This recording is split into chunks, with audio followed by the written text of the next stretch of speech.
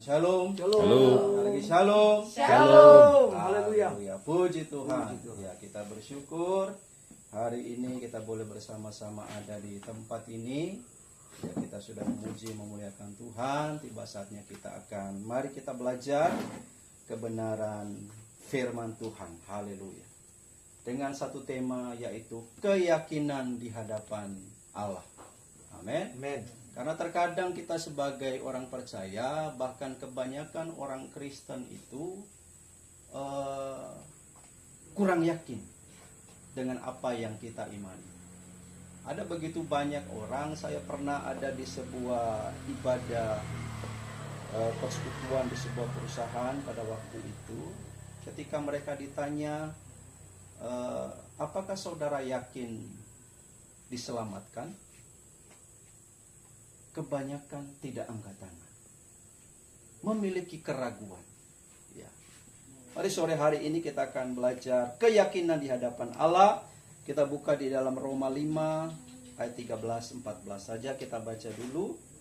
Ya, ada banyak ayat di sini.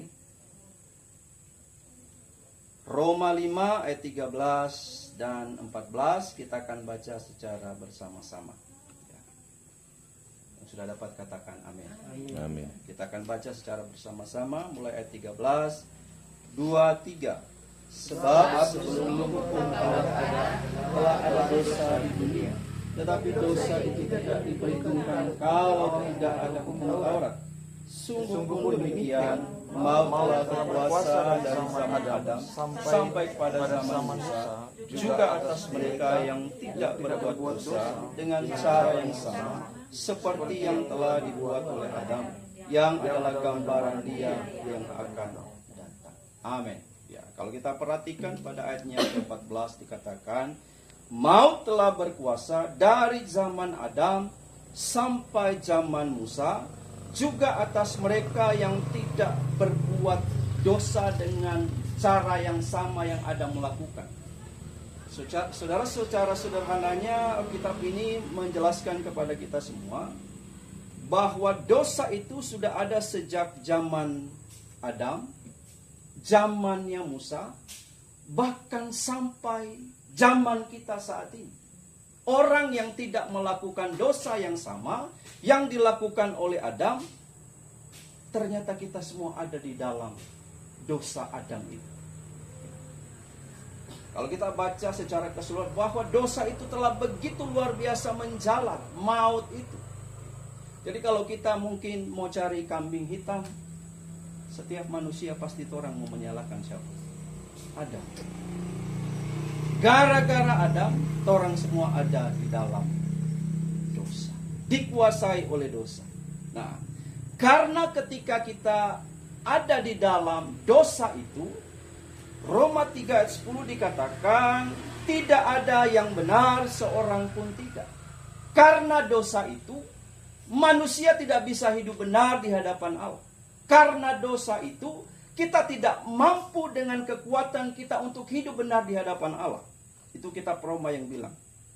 Ayat 11 dikatakan, tidak ada seorang pun yang berakal budi, tidak ada seorang pun yang mencari Allah. Karena dosa itu, kita tidak mampu mencari Allah. Makanya Dia yang mencari kita. Amin. Kita sebagai manusia tidak mampu mencari Allah. Sebagaimanapun kekuatan kita, upaya kita untuk mencari Allah, kita tidak bisa mencari Allah. Karena itu Dia datang ke dunia. Allah yang punya inisiatif mencari kita manusia yang ada di bawah dosa itu. Bahkan ayat yang ke-12 dikatakan, semua orang telah menyeleweng, mereka semua tidak berguna, tidak ada yang berbuat baik, seorang pun tidak. Ya, tidak ada yang berbuat baik. Saudara, kalau kita ini beranggapan kita ini bisa berbuat baik, saudara tidak mampu. Secara sempurna, dalam artian kita melakukan hal hidup kita ini dengan sempurna. Saya pernah mencoba hal ini. Saya dulu punya kebiasaan, ya, masih belum memahami tentang hal ini. Setiap mau masuk tahun baru, Saya ingin mencoba seberapa baiknya saya ini, seberapa benarnya saya ini di dalam kehidupan saya. Jadi pada waktu itu memasuki bulan Januari, saya mulai tanggal 1 Januari di tahun itu, saya lihat kalau sepanjang dari pagi sampai malam, ketika malam saya merenungkan kira-kira hari ini apa yang sudah saya lakukan. Apakah saya pernah melakukan sesuatu yang tidak berkenan di hadapan Tuhan? Mungkin secara tanpa sengaja pikiran saya memikirkan hal-hal yang tidak baik, atau tanpa sengaja saya berkata-kata kasar, menyakiti istri, menyakiti anak-anak, atau tanpa kita sadari sikap kita membuat orang lain tersinggung. Jadi ketika sepanjang bulan itu saya lakukan, saya mencoba melihat, membuktikan seberapa benar saya ini, seberapa baiknya saya ini. Jadi kalau seandainya dalam satu hari itu saya gagal, mungkin tanpa sengaja saya berbohong mungkin, jadi saya kasih tanda silang merah. Terus hari kedua, hari ketiga, sampai 1 bulan itu selesai. Dan yang saya lihat apa yang terjadi, ternyata yang lebih banyak adalah tanda merah. Ini membuktikan bahwa kita manusia tidak akan mampu melakukan apa yang Tuhan mau dengan sempurna. Sekali lagi, dengan sempurna. Makanya di kitab Roma dikatakan semua orang telah menyeleweng, mereka semua tidak berguna, tidak ada yang berbuat baik seorang pun tidak. Itu karena kita ada di dalam dosa. Nah, namun kabar gembiranya bagi kita semua, Roma 5 ayat 17 dikatakan, sebab jika oleh dosa satu orang maut telah berkuasa oleh satu orang itu, maka lebih benar lagi mereka yang telah menerima kelimpahan kasih karunia dan anugerah kebenaran akan hidup dan berkuasa oleh karena satu orang itu, yaitu Yesus Kristus. Amin. Ayat 18 dikatakan, sebab itu sama seperti oleh satu pelanggaran semua orang beroleh penghukuman, demikian pula oleh satu perbuatan kebenaran semua orang beroleh pembenaran untuk hidup. Ayat 19 dikatakan, jadi sama seperti oleh ketidaktaatan satu orang, ketidaktaatan Adam, semua orang telah menjadi orang berdosa. Walaupun kita tidak melakukan dosa yang sama, Alkitab katakan karena ketidaktaatan satu orang, karena ketidaktaatan Adam, semua orang berdosa. Termasuk sampai zaman kita saat ini. Ya. Berdosa. Demikian pula, nah ini kabar gembiranya bagi kita semua, demikian pula oleh ketaatan satu orang. Ketaatan siapa? Ketaatan Yesus Kristus, semua orang menjadi orang benar. Amin. Amin. Berarti kita menjadi orang benar bukan karena ketaatan kita. Amin. Kita menjadi orang benar karena ketaatan Yesus. Ya. Demikian pula kita menjadi orang berdosa bukan karena kita tidak berdosa, tetapi dosa itu sudah ada dari sejak Adam. Amin. Oleh ketidaktaatan satu orang, semua orang menjadi berdosa. Oleh ketaatan satu orang, semua orang menjadi orang benar.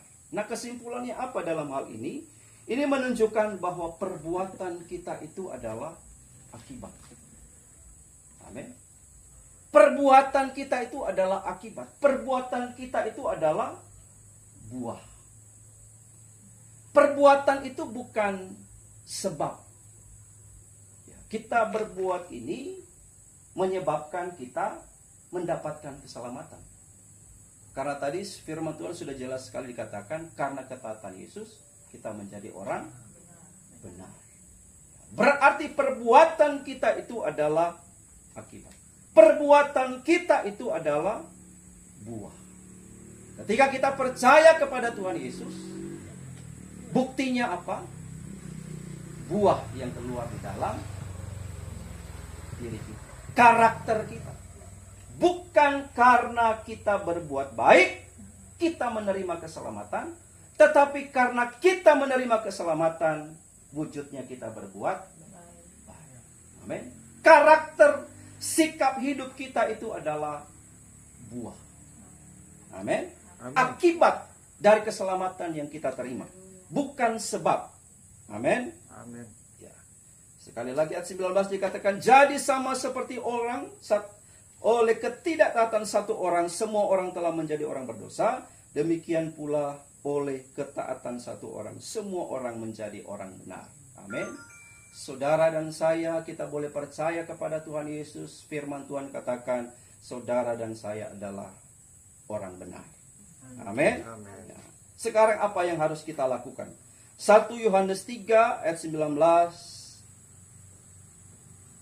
dikatakan, demikianlah kita ketahui bahwa kita berasal dari kebenaran, demikian pula kita boleh menenangkan hati kita di hadapan Allah. Amin. Sekali lagi dikatakan, demikian kita ketahui bahwa kita berasal dari kebenaran, demikian pula kita boleh menenangkan hati kita di hadapan Allah, karena kita berasal dari kebenaran. Nah, pertanyaannya, apakah saudara yakin bahwa kita ini adalah orang benar? Amin. Kita harus yakin. Karena ketaatan Yesus, itu kebenaran. Kita menjadi orang benar bukan karena kekuatan kita, perbuatan kita, kesalehan kita, tetapi kita menjadi orang benar, kita dibenarkan oleh ketaatan Yesus Kristus. Amin. Kita harus yakin bahwa Alkitab katakan kita berasal dari kebenaran. Amin. Saudara dan saya berasal dari kebenaran. Coba lihat kiri kanan, katakan, ngana orang benar. Haleluya. Amin. Amin. Haleluya. Itu iman percaya kita, keyakinan kita di hadapan Allah bahwa saudara dan saya adalah orang benar. Amin. Karena ketaatan Yesus. Amin. 1 Yohanes 3 ayat 20, 21, 22. Sebab jika kita dituduh olehnya, Allah adalah lebih besar daripada hati kita serta mengetahui segala sesuatu. Kenapa? Terkadang ketika kita mendengar firman Tuhan dikatakan kita adalah orang benar, kita langsung merasa tertutup kedagingan kita, kemanusiaan. Mungkin pagi tadi sebelum orang datang beribadah, mungkin sempat baku marah di rumah. Atau kita sempat mengeluarkan kata-kata kasar, kata yang menyakitkan mungkin suami atau istri kita. Terkadang kita sering dituduh, hati kita ini menuduh kita. Sebab jika kita dituduh olehnya, dituduh oleh hati kita, firman Tuhan katakan Allah adalah lebih besar daripada hati kita. Amin. Kebenaran firman Tuhan lebih besar daripada hati kita. Kita terus perkatakan bahwa kita ini adalah orang benar. Orang yang dibenarkan oleh darah Yesus. Serta mengetahui segala sesuatu. Ayat 21 dikatakan, saudara-saudaraku yang kekasih, jikalau hati kita tidak menuduh kita. Nah, ketika kita bisa membereskan hati kita, kita tidak selalu di dalam dakwaannya iblis. Hati kita tidak menuduh kita, karena kita terus memperkatakan firman, meyakinkan diri kita, hati kita bahwa kita ini adalah orang benar, maka kita mempunyai keberanian percaya untuk mendekat kepada Allah. Amin. Kita punya keberanian percaya. Kita datang kepada Allah. Kita tidak merasa tidak layak. Nah, ini seringkali yang membuat orang percaya itu seringkali kalah, jatuh bangun di dalam dosa, karena kita tidak yakin dengan status kita. Posisi kita di hadapan Allah itu seperti apa? Nah, kalau dari video yang di-sharing, ini justifikasi. Ini status kita orang percaya ini. Ayat 22 dikatakan, dan apa saja yang kita minta. Nah, ini sangat luar biasa. Ketika kita bisa menguasai hati kita, tidak tertuduh, kita punya keberanian datang kepada Bapa, dan apa saja yang kita minta. Seperti seorang anak ketika dia meminta kepada bapaknya, dia penuh percaya, pengharapan bahwa seorang ayah pasti mengabulkan apa yang dia minta. Demikian pun ketika kita mengerti dan apa saja yang kita minta, kita memperolehnya daripadanya, karena kita menuruti segala perintahnya dan berbuat apa yang berkenan kepadanya. Ini yang perlu kita sama-sama perhatikan. Sedikit lagi saya selesai. Karena kita menuruti segala perintahnya dan berbuat apa yang berkenan kepadanya. Pertanyaannya mungkin bagi setiap kita, perintah yang mana? Perintah yang mana yang harus kita lakukan? Bukankah ada begitu banyak perintah di dalam Alkitab yang harus kita lakukan? Ayat berikutnya, 1 Yohanes 3, orang baca dari ayat 24 dulu. 1 Yohanes 3 ayat 24 dikatakan, barang siapa menuruti segala perintahnya, ia diam di dalam Allah dan Allah di dalam dia. Dan demikianlah kita ketahui bahwa Allah ada di dalam kita, yaitu roh yang telah Ia karuniakan kepada kita. Amin. Ya. Barang siapa menuruti segala perintahnya, ia diam di dalam Allah dan Allah di dalam dia. Ketika apa dikatakan? Kita menuruti segala perintahnya. Apa perintahnya itu? Perintahnya pada ayat yang ke-23 di atas. Dan inilah perintahnya itu. Apa di situ dikatakan? Supaya kita percaya akan nama Yesus Kristus anaknya. Amin. Dan supaya kita saling mengasihi sesuai dengan perintah yang diberikan Kristus kepada kita. Amin. Haleluya. Kalau kita baca secara keseluruhan, ini adalah perintah baru yang diberikan kepada kita. Apa perintahnya? Percaya Yesus Kristus sebagai Tuhan. Titik. Amin. Ini justifikasi bagi setiap kita. Pembenaran bagi setiap kita orang percaya. Kita sudah melakukan apa yang segala yang diperintahkan. Supaya kita percaya akan nama Yesus Kristus. Ya. Kalau mau singgung dari video itu, ya, sesuai dengan ini. Jadi ini justifikasi. Kemudian berikutnya aspek yang kedua, sanctification. Ini adalah berbicara tentang pengudusan, proses hidup kita. Amin. Ketika ada dua orang yang disalib bersama dengan Yesus, orang satu yang percaya, dia percaya kepada Tuhan Yesus, tapi pada waktu itu dia langsung mati. Penjahat langsung mati, ya, istilahnya aman. Kalau seandainya orang yang percaya kepada Tuhan Yesus, ya, dengan berbagai latar belakang, ya, mungkin seorang penjahat dia percaya kepada Tuhan Yesus, dia dijamah oleh Tuhan. Yang susah merubah orang itu adalah cara berpikir, pola pikir, cara pandang. Nah, makanya firman Tuhan dikatakan semakin hari kita harus semakin diubahkan, pembaharuan pikiran. Nah, ini berbicara tentang aspek yang kedua itu, sanctification. Proses ketika kita hidup, bagaimana kita terus membangun iman percaya kita karena kita masih hidup di dalam kedagingan. Makanya jangan sampai kita terbalik. Terkadang ketika kita bisa hidup kudus, hidup benar di hadapan Tuhan, kita seringkali salah, kita langsung menilai bahwa karena saya kudus, saya benar, maka saya mendapatkan keselamatan. Sebenarnya itu karena kita diselamatkan, ini adalah proses pengudusan kita selama kita hidup. Itu yang aspek kedua yang saat ini kita jalani. Membangun iman percaya kita, hidup di dalam kekudusan, karakter kita, menjaga tutur kata kita, menjaga sikap kita. Ini aspek kedua yang kita jalani sampai hari ini. Kita menghidupi, mengerjakan keselamatan ini. Amin. Tetapi bukan, ya, di sini yang seringkali orang Kristen pada umumnya seringkali salah di sini. Kita merasa bahwa kita hidup kudus supaya kita mendapatkan keselamatan. Justru karena kita sudah tahu, sadar akan kasih Tuhan, kebaikan Tuhan dalam hidup kita, makanya kita memberikan yang terbaik untuk Tuhan. Tuhan, ini hidupku kupersembahkan kepadamu karena kasih, anugerah, kebaikan yang Tuhan berikan kepadaku. Ya. Haleluya.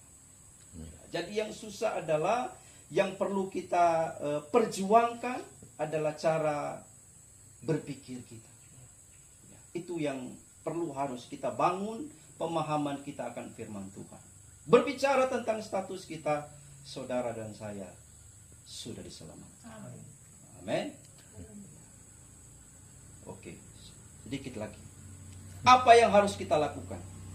Percaya bahwa dosa kita telah ditebus oleh darah Yesus. Ayat yang terakhir 1 Yohanes 4 ayat 14-15. Dan kami telah melihat dan bersaksi bahwa Bapa telah mengutus anaknya menjadi juru selamat dunia.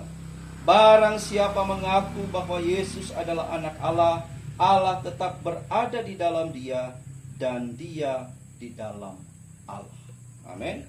Allah tetap berada di dalam dia dan dia di dalam Allah. Allah ada di dalam kita dan kita di dalam Allah. Itu adalah status kita, pembenaran yang diberikan Tuhan kepada kita. Kita menjadi orang benar karena ketaatan Yesus Kristus. Amin.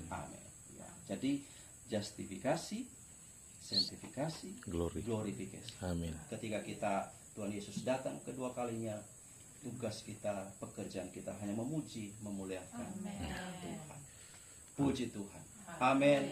Tuhan Yesus memberkati kita semua. Seperti di dalam Titus 3:5 juga dikatakan, kurang bukan karena perbuatan baik yang telah lakukan untuk mencapai keselamatan. Kemudian yang kedua, ada ayat yang mengatakan itu di video itu, kerjakan keselamatan sudah dijawabkan. Maksudnya ada contoh juga, seperti Tuhan sudah mengurniakan keselamatan, sudah diberikan. Ada contoh seperti kita misalnya berikan Pak Albert tanah sepanggal, so kasih, kerjakanlah itu. Dia bekerja karena tanah sudah ada, dia bekerja untuk menanam, mengisi. Itu dia. Bukan mengerjakan supaya mencari dapat tanah ulang. Karena sudah begitu ada. Keselamatan, orang sudah diberikan keselamatan, mengerjakan keselamatan di Filipi itu atau di mana itu tolong isi keselamatan yang ada seperti dihotbahkan tadi. Nah, kita berjuang, kita setia, bukan mendapatkan lagi karena keselamatan sudah ada, tapi kita akan berjuang untuk mengucap syukur karena Tuhan so kasih keselamatan pada orang. Kita sudah selamat karena karya Kristus. Tetapi kalau keselamatan itu kita tidak kerjakan, apakah masih bisa dibilang kita orang tetap selamat? Itu pertanyaan. Dikerjakan misalnya bagaimana itu? Misalnya Tuhan bilang, Tuhan kan ada kasih dia punya aturan toh, ada kasih dia punya aturan, ada kasih tatanan hidup. Orang mesti begini.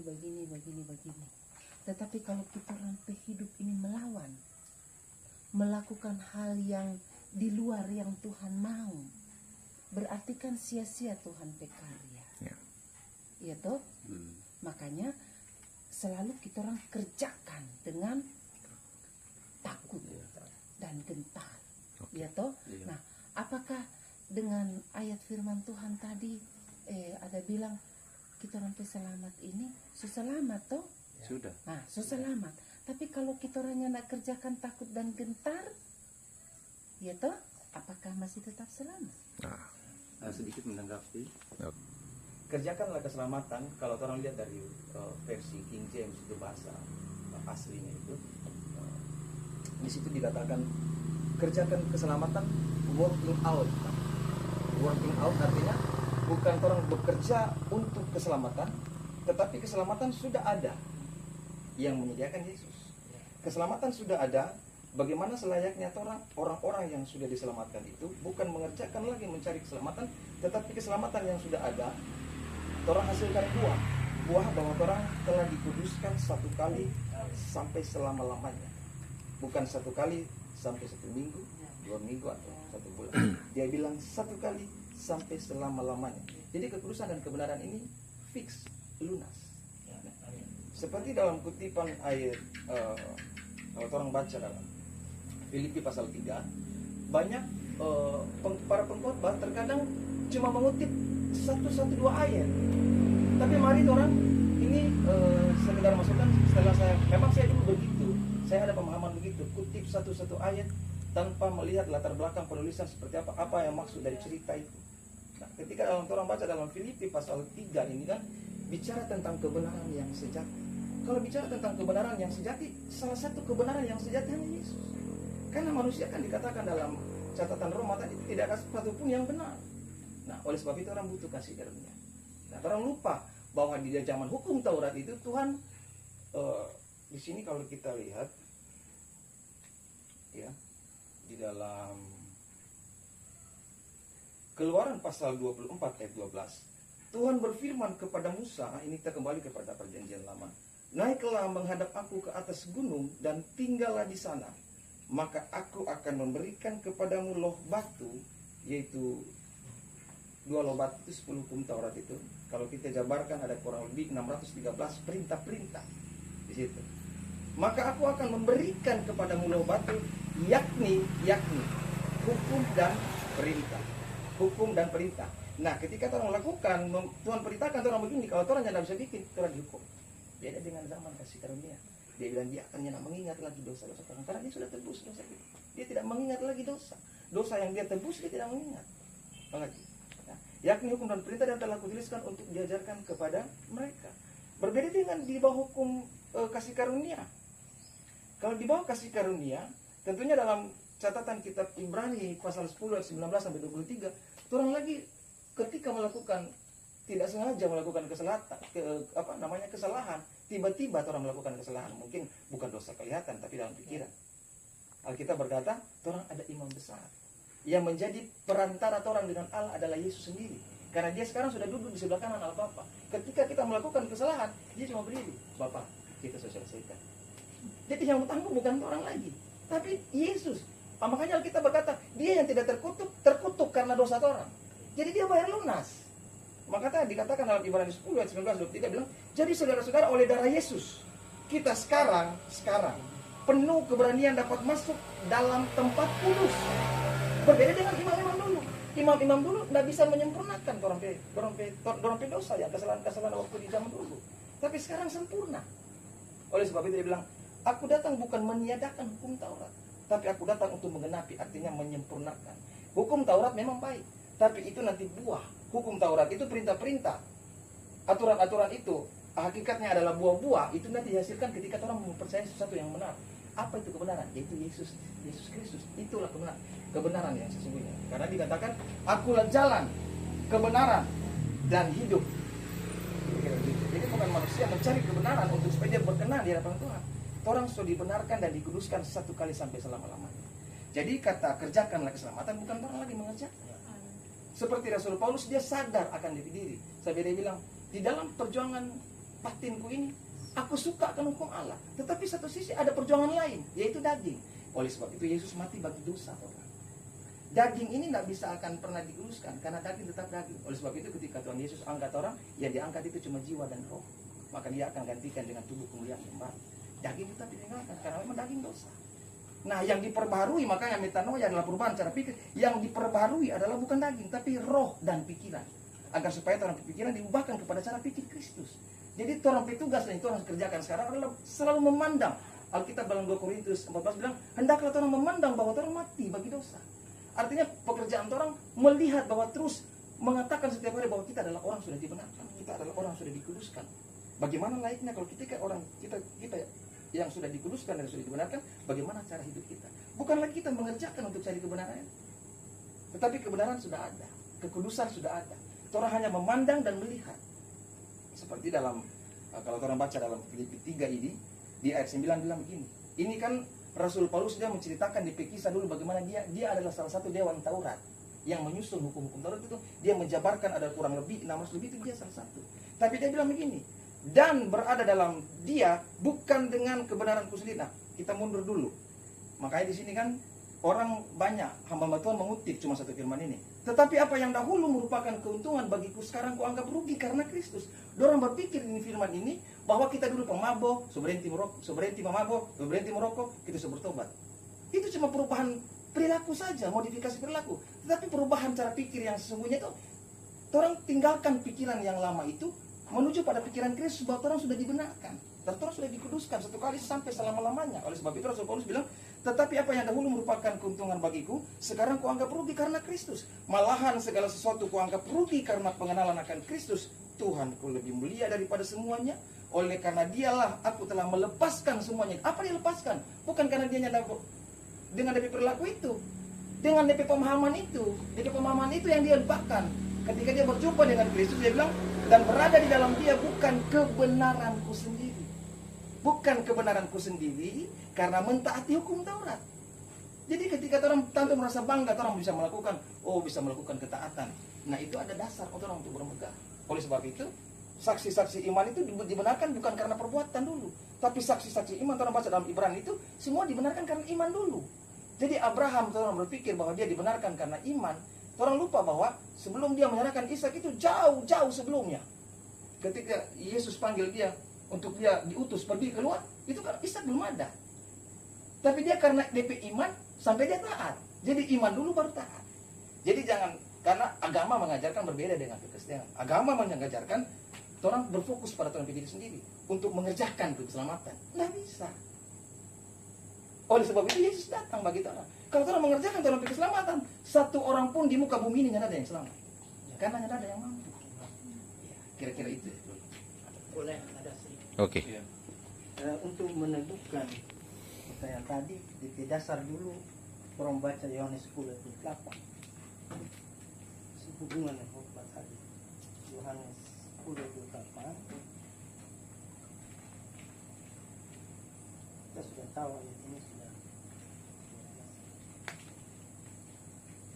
Ini yang dan aku besar Tuhan, memberikan hidup yang kekal kepada mereka, dan mereka pasti tidak akan binasa sampai selama-lamanya, Ya. dan seorang pun tidak akan merebut mereka dari tangan. Nah itu bukan sementara, dia kekal, dia pasti itu. Ini firman Tuhan katakan. Kemudian ini dasar ini. Nah pertanyaan tadi, bagaimana ketika kita sudah diselamatkan ini, menjalani keselamatan yang hidup turun selamat sekarang, lalu salah pikir seperti tadi, bagaimana keselamatan itu masih ada atau tidak? Nah, dalam hal keselamatan kita sudah dikatakan sudah selesai tadi, sudah kekal, orang hidup so kekal, so di surga orang kita. Nah, di dalam perjalanan hidup ini, orang kan masih daging. Nah, ketika kita salah pikir, kita bisa jatuh.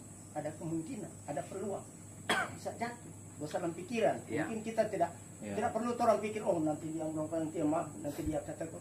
Di pikiran saja itu dosa kecil dan besar sama di hadapan Allah. Nah, ketika kita jatuh itu bukan pengaruhnya pada orang hidup di surga itu, enggak pengaruh pada keselamatan. Tapi itu didikan Tuhan yang Tuhan terima. Kalau orang yang ada dalam Kristus, berarti dia dididik ketika dia melakukan dosa dan melakukan hal-hal yang tidak dikehendaki seperti tadi. Dia dididik. Itu perbedaannya. Orang yang ada dalam Kristus berarti dia dididik. Kalau orang berbuat dosa, dia katakan Kristen. Kalau dia terus melakukan dosa, tidak ada apa-apanya, dia biasa. Berarti itu Alkitab bilang orang gampangan. Orang belum ada dalam Kristus. Itu pengaruhnya dididik orang ketika orang jatuh. Bukan lagi pengaruh pada keselamatan saya. Di dalam Efesus 1 ayat 13, orang termeterai roh. Roh sudah termeterai itu kekal, tidak bisa dicabut. Nah itu perbedaannya, keselamatan bisa hilang itu karena dulu Raja Daud mereka itu, Raja Saul bisa ditarik roh dulu. Ya. Tidak kekal. Keluar Ketika masuk. dia berdosa, Keluar. dia keluar. Itu bisa dia sudah tidak dihadirat Tuhan. Tapi sekarang termeterai kekal selama-lamanya. Kemudian Efesus 1 ayat 14 katakan roh itu yang menjamin orang sampai sempurna di surga. Amin. Haleluya. Roh itu yang menjadi jaminan. Ada jaminan. Kalau orang membaca Efesus 1 ayat 13, terutama ayat 14, itu menjamin pada orang. Karena orang ini masih daging. Seperti Pak Dek katakan tadi, dengan kekuatan dan khotbah tadi, dengan kehebatan apa orang melakukan suatu kebaikan terhadap Tuhan? Karena orang masih daging. Tuhan Ya, Yesus saya katakan haleluya. daging lemah, roh penuh. Masih daging, nanti sempurna di sana. Kalau orang berpikir sedikit jatuh, hilang, jatuh, hilang. Hari-hari tidak ada orang selamat. Dalam Efesus pasal 1 itu, kalau tidak salah Efesus 1 itu karena Yesus. Di dalam Yesus orang dipilih. Amin. Jadi itu tadi peneguhan tadi ayat tadi, dan banyak ayat lagi yang orang masih banyak. Saya Ya. nanti. Terima kasih. Ini sama-sama melengkapi kan. Ya. Jadi begini, kalau orang berpatokan pada keselamatan, sudah jelaskan tadi mengenai justification, Sanctification. sanctification dan Glory. glorification. Ini bicara tentang masa lampau, itu lupa orang udah lihat di video tuh, masa lampau, masa sekarang, masa akan datang. Nah, kerjakan keselamatan itu dengan takut dan gentar. Ini sudah tadi dijelaskan oleh Pak Musen bahwa sudah selesai semuanya. Tinggal bagaimana orang ikut seperti yang Bapak Tesindua menambah bahwa itu hanya didikan. Anak yang mesti kutegur dan kuhajar. Relakanlah dirimu dan bertobat. Orang ini kan anak apa? Anak yang sesungguhnya. Di dalam Galatia juga bilang kan kita sama-sama memanggil ya Aba Bapa. Kata yang orang memanggil Aba ya Bapa itu sudah pasti bahwa orang ada di dalam Allah. Ya. Nah, yang paling urgent ya di sini bagaimana Paulus dia menulis di dalam Roma 12 ayat 1 dan 2 ini bicara tentang dia meminta kan demi kemurahan Allah. Itu ajakan supaya Tuhan tetap ada dalam posisi sebagai anak-anak Allah. Toh, demi kemurahan Allah aku menasihatkan kamu supaya mempersembahkan tubuhmu sebagai persembahan yang hidup, yang kudus dan yang berkenan. Itulah ibadah yang sejati. Dan ayat 2 ini jangan menjadi serupa dengan dunia ini. Jangan menjadi serupa dengan dunia ini. Artinya ini dalam terjemahan King James versi adalah perubahan paradigma seperti tadi disampaikan oleh. Jadi karena peperangan yang paling frontal, peperangan yang paling luar biasa itu ada di pikiran kita. Seringkali kita dituduh, kita diintimidasi. Nah, sudah dijelaskan tadi kan betapa pentingnya orang harus mengklaim bahwa kita adalah dalam kebenaran. Allah itu adalah kebenaran di dalam Yesus Kristus. Kalau orang punya pemahaman iman seperti itu, orang tidak akan goyah. Biar banyak akan goyah. Amin. Nah, tinggal bagaimana orang sampai pada puncaknya kemuliaan bersama Kristus di glory.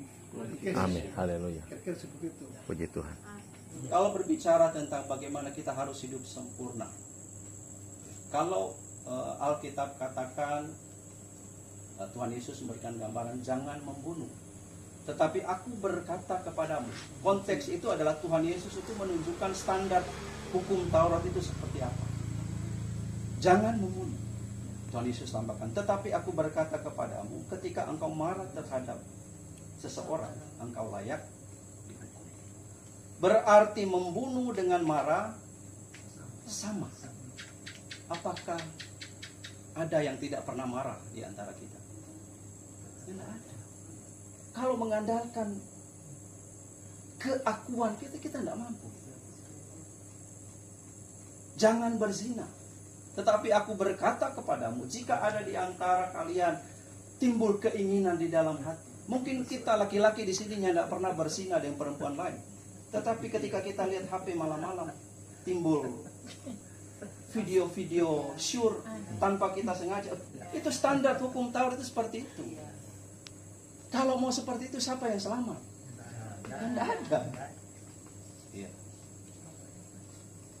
Jadi intinya jangan terbalik itu tadi. Jangan kita merasa kita ini mampu supaya kita menerima keselamatan. Justru karena kita sudah mendapatkan keselamatan, kita ini sadar, oh Tuhan terima kasih atas anugerah kebaikan. Maka saya memberikan hidupku, saya mulai hidup kudus. Walaupun jatuh bangun mungkin kedagingan kita ini tanpa sengaja malam-malam, Tuhan Yesus ampuni. Itu bagian kita, bahasanya pemaknaannya mengerjakan keselamatan. Nah, Ya. terakhir closing, mau kasih gambaran bagi setiap kita. Alkitabnya ini anggaplah Tuhan Yesus. Ini saudara dan saya. Firman Tuhan katakan tadi, ketika kita percaya kepada Tuhan Yesus, kita ada di dalam Yesus. Dan Yesus ada di dalam Allah. Ini saudara dan saya, Alkitab ini Yesus. Ketika kita percaya kepada Tuhan Yesus, kita ada di dalam Yesus. Apakah saudara melihat pulpen yang ada di dalamnya?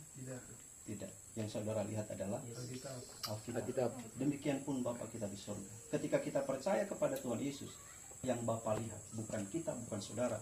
Yang Bapa lihat di dalam diri kita adalah Yesus Kristus. Kebenaran Yesus Kristus.